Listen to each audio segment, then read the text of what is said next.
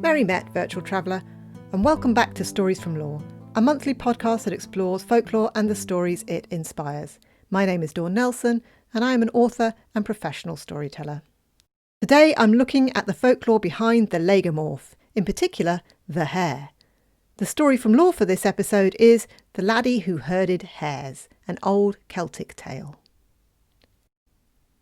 The hare is a creature steeped in superstition, and there are many that would not even say the word hare.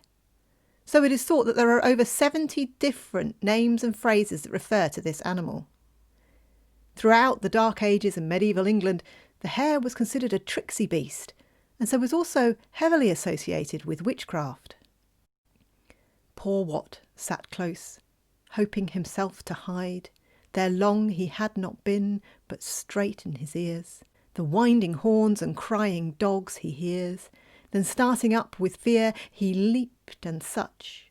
Swift speed he made, the ground he scarce did touch. Into a great thick wood straightways he got, and underneath the broken bough he sat, where every leaf that with the wind did shake did bring such terror that his heart did ache.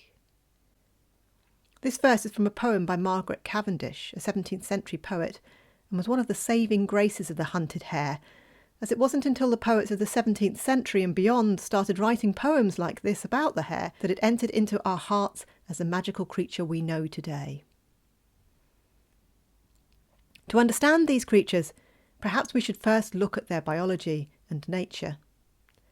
Hares are considered indigenous to the UK, but in reality probably didn't appear here until the Iron Age.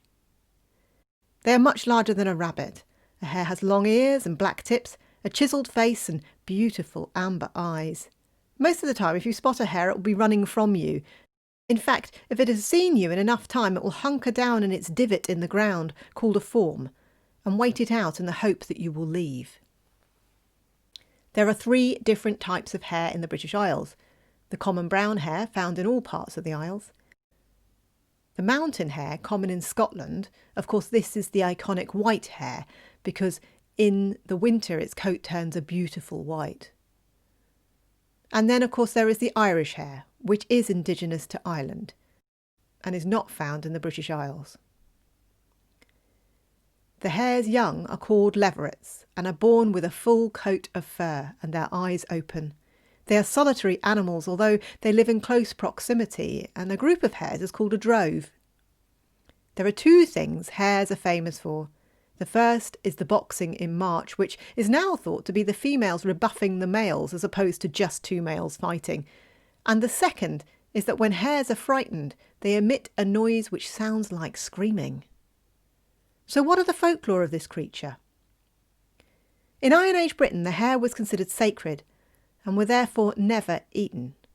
Even up until the 1900s, in Ireland, eating a hare was considered to be as if you were consuming your own grandmother.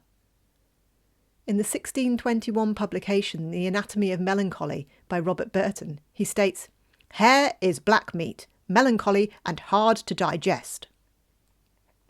However, hares were still used in medicine. The Romans believed that if a woman ate a hare's flesh for 7 days, then they would become beautiful. Much later, countrywomen would soothe fretful babies with a concoction of hare's brains. And hare's brains were taken in wine, as they were considered to prevent oversleeping, perhaps because of the indigestion. Who knows? It's not something I'm willing to try. Samuel Pepys carried a hare's foot to ward off colic, but it was also worn to cure rheumatism, cramps, and to protect against witchcraft. These superstitions have long been transferred onto the rabbit foot, but it is with the hare that they originated. The hare's behaviour in March led to many believing that the hare actually went mad and became hell's servant, temporarily possessed by the devil himself. The hare also finds itself mixed up in changeling folklore, and people believed that a running hare was a changeling running from its human home as it had just been discovered. In old beliefs, superstition means that hares are at best a warning and at worst foretelling of death in the family. The hare's split lip gave rise to the belief that if a pregnant woman was to see a hare, or a hare was to seek out a pregnant woman, then the woman's child would have a hare lip. The remedy for this was that as soon as you saw the hare, you must stop and tear a piece from your petticoat. This was first recorded in Thomas Lupton's book, 1,000 Notable Things, published in 1579. It is for this same reason that the Gospel of Distance from 1507 warns against women eating the head of a hare. A hare crossing in front of a wedding procession filled the party with foreboding. And in Cornwall, a white hare was thought to represent the spirit of a maiden who had died of a broken heart, and that they then haunted the lovers who had jilted them in the form of this hare. If a hare runs through your town, then your house may burn down, and you should never take a dead hare on board a fishing boat. In fact, the name hare should never even be spoken at sea. For the West Cornish mining communities, the sight of a hare would equal disaster. At Wheel Vore, it was recorded that if a white hare appeared in the engine house, then disaster would occur, and this meant that the word hare should never be mentioned in the mine. As we can see, rural superstitions have meant that in the main, hares are linked to ill fortune and distrust. And if it wasn't for poets such as Margaret Cavendish, whom we just heard from, then the hare would still be hunted today for all these reasons. But it's not all bad. The hare wasn't only feared, the hare was also worshipped as well. The Celts believed that hares were heavenly messengers and could be used as instruments of divination, if you studied their dances and mating rituals and, well, their entrails. Ancient Britons thought of hares and chickens as gods rather than food, and these animals were always buried with care. Boudica, the 6th century British Celtic Iceni queen, was said to have kept a hare hidden in her dress and would release it whenever she needed guidance. Whichever way the hare ran, then that was the way that she would lead her people. Later, the 20th century poet, writer and critic Robert Graves theorised that perhaps Boudica released the hare in the hope that a Roman would kill it and be ashamed at his cowardice, for there was considered nothing more cowardly than killing the timid hare who cowered in its divot, awaiting death. This association with the Celts and the idea that the hare was considered sacred led to the theory that the hare was the original Easter bunny and played an integral part in the ancient pagan celebration of Ostra. In fact, there is no evidence that the hare is linked to a deity to do with this festival, and that this is in fact an invention created by the Venerable Bede in the 8th century. Today, the hare does play a part in several celebrations. One of note is the Hallerton Hare Pie and Bottle Kicking event in England, where on Easter Monday, in the villages of Hallerton and Melbourne, 2 groups process, one from each village, towards Hare Pie Bank. As they do, bottles and small kegs are kicked along the way, and the leader of the procession holds a pole with a bronze hare upon it. Once they are assembled on the hill, the 2 villagers fight over the bottles and kegs, kicking them to and from until they eventually declare a winner, and the ale within the kegs is drunk in celebration.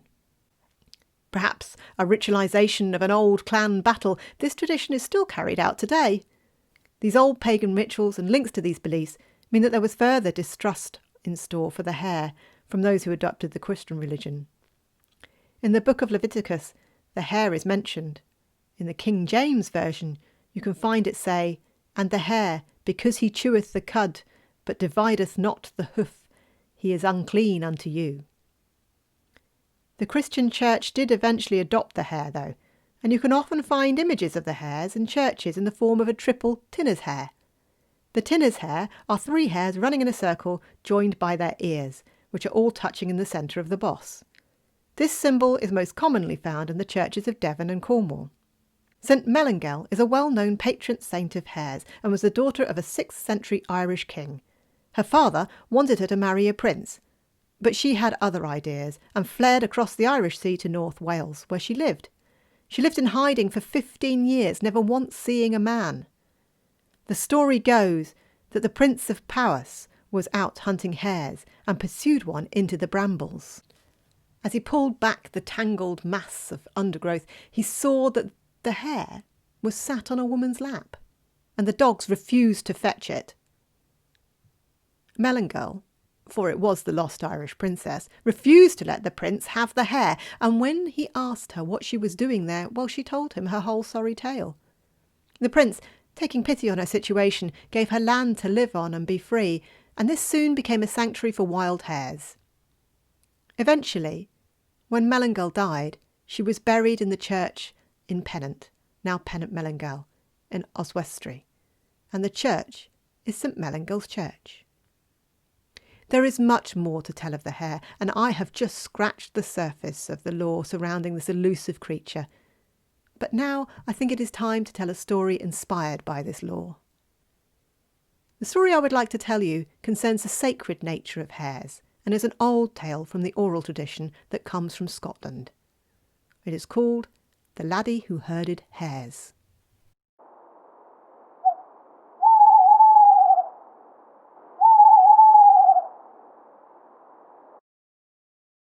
A long time ago, there lived a woman with her 2 sons.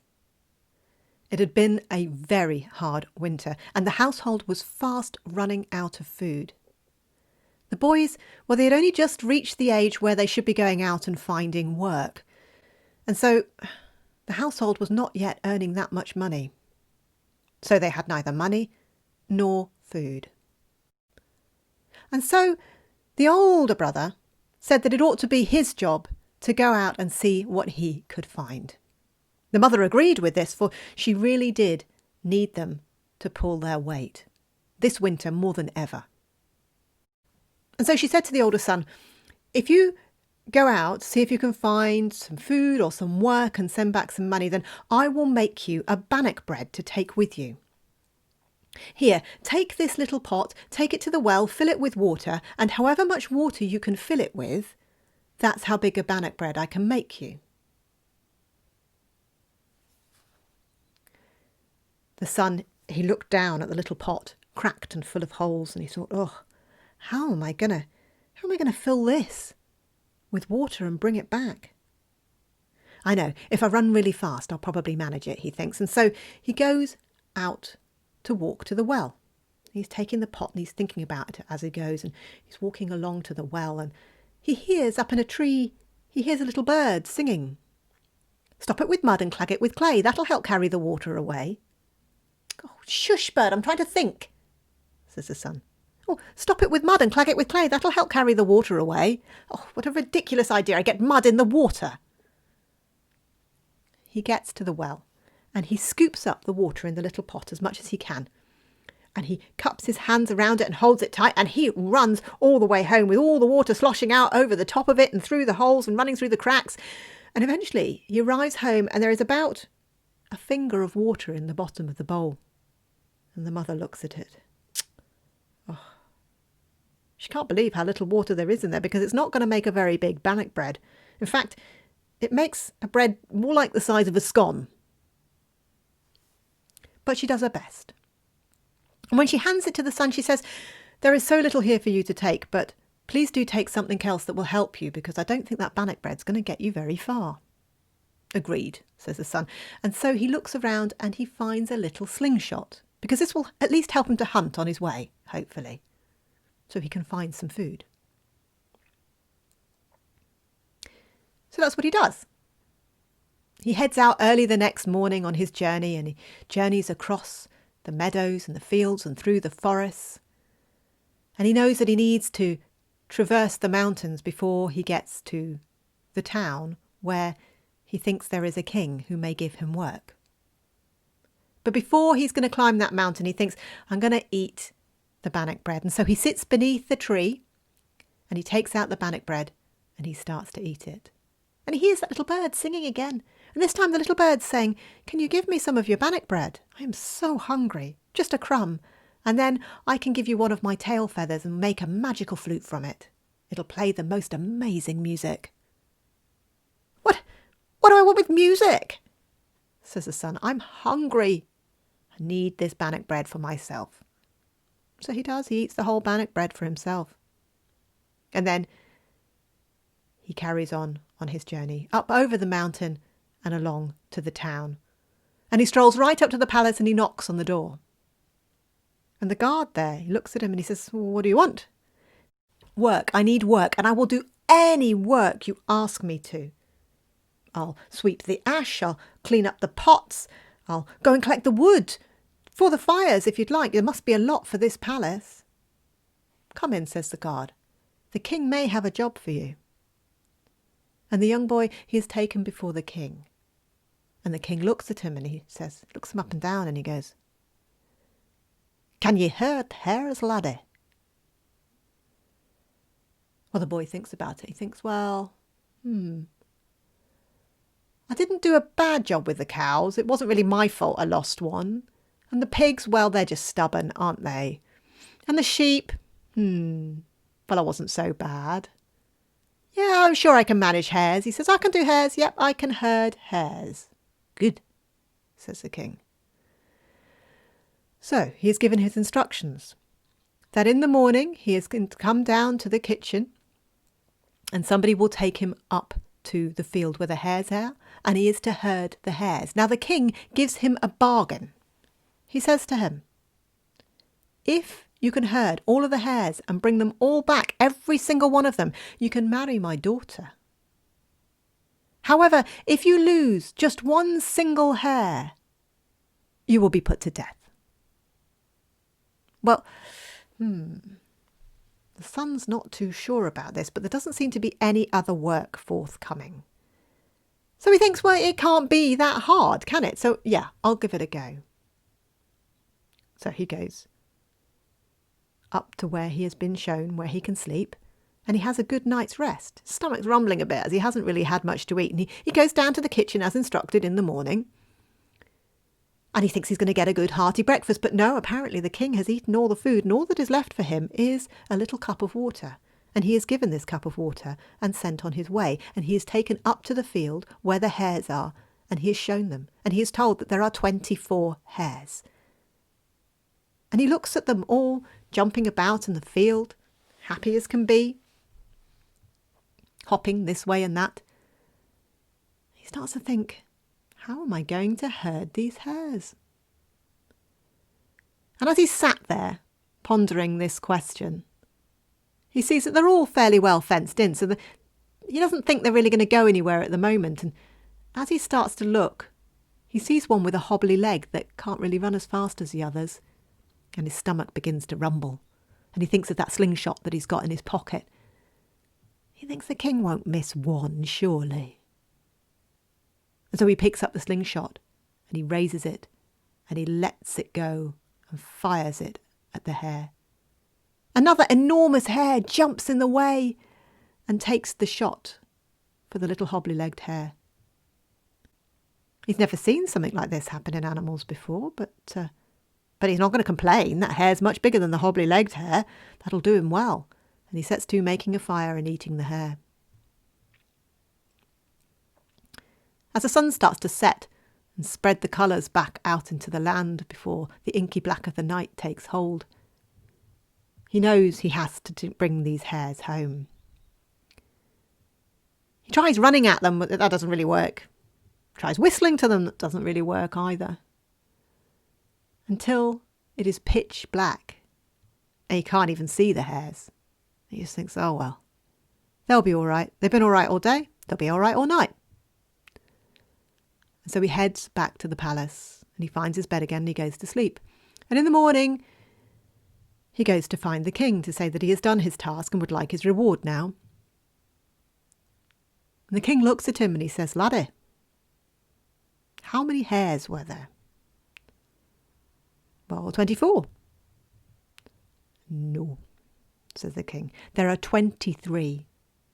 And they are still in the field. They are not in the barn as I asked you to put them there. Well, you must have miscounted, says the boy. I do not miscount, says the king. And with that, the king summons his guard and the boy is put to death. Now, back at the house, the younger brother and the mother, they haven't heard from this brother for a long time, and they begin to worry for him, quite rightly so, I think. So the younger brother says he will go off and see if he can find him, and he'll see if he can find work as well, and maybe send some money back or some food or something, some way. And the mother, she agrees that this would be a good plan. And so she does the same thing. She gives him the little cracked holy pot and she sends him off to the well to get some water so that she can make a bannock bread. And the younger brother is thinking, how can I get more water back than my brother did? He didn't really fare well with the running, did he, with all that water sloshing out all over the bowl. I wonder how I'm going to do it. And then he heard the little bird. Stop it with mud and clag it with clay. That'll help carry the water away. What was that, little bird? He says. Stop it with mud and clag it with clay. That'll help carry the water away.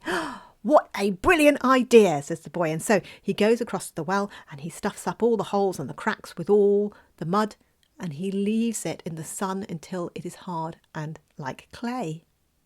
And then he scoops up the water, and he's got a full bowl of water, and he carries it close to him carefully all the way home, so that when he gets home he has a full bowl of water. Oh, says his mother, what a wonderful thing you have done there. Not only have you repaired my bowl, but you've managed to bring back all that water. And she sets to making him an enormous bannock bread. This bread is the size of the boy's head. When the mother says, would you like to take something else? The boy says, don't worry, mother. We have so little. This bannock bread will do me well. And so he sets off on his journey. He too has to walk across the fields and the meadows and through the forest. And he too gets to the foot of the mountain. And before he's going to climb the mountain, he decides that he too will have lunch. And he sits beneath the tree and he starts to break a bit off the enormous bannock bread. And the little bird calls down, will you give me a crumb? Will you give me a crumb of your bannock bread? Because I am so hungry. And I will give you one of my tail feathers to make a flute with. Flute that will play music like no other. The boy says, of course, you can come share my lunch with me. And the little bird hops down and he shares the bread with the bird, and there is still plenty left for him to put away for later. And then the little bird says, well, of course, I must fulfill my half of the bargain, and here is a tail feather. Oh, no, you do not need to do that, says the boy. No, I insist, says the bird. And he gives him a tail feather. And he says, you must fashion it like a flute, and then you can play it, and it will play music like nothing you have heard before. So the boy does. He has a little bit of time to spare, and he makes some little holes in the quill. And then he puts it to his lips and he plays it. And it is the most divine music his ears have ever heard. He thinks, well, this is good. Perhaps I can get a job as a musician with this flute. And so he packs away the flute and the bread, and off he goes over the mountain to the palace. And he knocks on the door again, and this time the guard's there. And he says to the guard, I need a job, any job. And he offers to do the same things, to get the wood in, to sweep the ash, to do the pots and pans. And then he mentions his flute as well. And he says, and I have a magical flute. I could play music for the king. And the guard says, well, we have musicians and we have kitchen hands, but the king does have a job that needs doing. I'll take you to him and see if you can do it. So he takes the boy to the king. And the king stands there and he looks the boy up and down. And he says to him, can ye herd hares, laddie? The boy thinks about it. He thinks, well, I did a better job of herding cows than my brother did. I didn't lose one. And the pigs, well, they're all right. If you scratch them behind the ears and speak to them nicely, the pigs are fine. And sheep, well, they can be a bit stubborn, but again, I never lost one of those. Yes, I can herd hares, he says to the king. Good, says the king. And again he tells him to go to the kitchen, and there he will receive his orders the next morning. And he too gives him this bargain. He says, if you manage to herd those hares and bring them all back home safely and into the barn, well then, you can marry my daughter. And if you don't, you'll be put to death. Well, now the brother has an idea what may have happened to his other brother. He thinks. But they have no food and they have no money. So this is the only thing that the brother can do. And he just hopes he can do a good enough job. And so he goes and gets a good night's sleep where he's shown. And in the morning he reports to the kitchen where he thinks he may get some breakfast. But alas, no. The king has eaten all the food and he is given a small amount of water before he is taken up to the field where the hares are. "There's 23, says the guard. "Mind there are 23 at the end of the day in the barn." "Very well," says the boy. So he sits and he watches the hares dancing in the sunlight, hopping around, happy as you like. He thinks, now, how am I going to herd these hares? There must be a way. I would not have been set this task if there was no way. And he thinks about it. And while he's thinking about it, he thinks, I'll get the flute out and I'll play it. It'll help me think. He starts to play his little feather flute. All the hares, every single one of them, stop, ears straight and high above the grass, listening. And then they start to dance. Most beautiful dance you have ever seen. Very happy hares. And it is the music that the boy is playing. And he is grateful once more to that little bird. And as he is playing, the little hare with the hobbly leg hops up to him slowly and sits itself in his lap. And he strokes its soft ears and velvety fur. And he plays to the little hares. He only stops for lunch to eat that bit of bannock bread that he still has left. And as the sun is finally setting, he takes the flute from his lips and he stands up and he thinks, how am I going to get these hares back to the barn? And then he has an idea. He starts to play his flute again, and as he moves, the hares follow him, all of them. And he picks up the little hobbly hare who cannot run as fast as the others and holds it under his arm. And he takes them all the way back to the barn near the palace. And he tucks them up for the night. And then he too goes to bed. But he doesn't sleep in his bed. He puts the little hare with the hobbly leg in his bed and tucks it up so that it's nice and warm. And then he goes down and sleeps by the fire in the kitchen. He's woken in the morning by one of the maids, kicking him awake. "What are you doing by the fire down here? You need to go and see the king. He's really cross." The boy doesn't understand why the king is cross, but he goes. He goes to the king, and the king says, "Laddie, I asked you if you could herd hares. You told me you could. But there's only 22 in the barn." "Oh no, I have 23, said the boy. "The other one's upstairs, sleeping in my bed." "In your bed, laddie?" "Yep. I'll go get it." So he does. He goes up to get the little hobbly-legged hare. But there is not a hobbly-legged hare lying in his bed. Oh, no, no, no. There is a princess. And he says to her, "Who are you?" "I'm the hobbly-legged hare," she says. "There was a curse placed upon me, and you have broken it." He says, "Oh, well, you must come and see your father. He'll be so pleased." And so he takes the princess down to see the king. And the king says, "Well, here you go. There's your bride. There's your prize." And the boy says, "Well, I don't know. She might not want to marry me, sire." He's not so sure. The princess is looking at the boy who she barely knows, and she's been a hare for years now, and she'd just like a bit of time to be a princess. So while the princess and the king are discussing this, he takes out his flute and he plays the music, and the princess remembers, and she remembers what kindness he showed her. And she thinks, well, I could do a lot worse. And so it is that she falls in love with the boy, and they do indeed marry. And the boy's mother comes to live with them at the palace and never has no food ever again. And so it is that they all lead very happy and prosperous lives. And next time you're out and you see a drove of hares, just remember, one of them could be a cursed princess.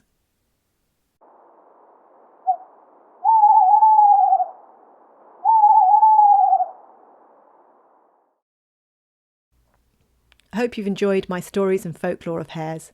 Unfortunately, the hare is in decline in the UK.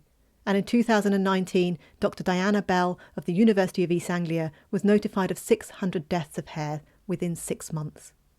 This was due to a form of rabbit hemorrhagic disease that had jumped species and decimated the hare population.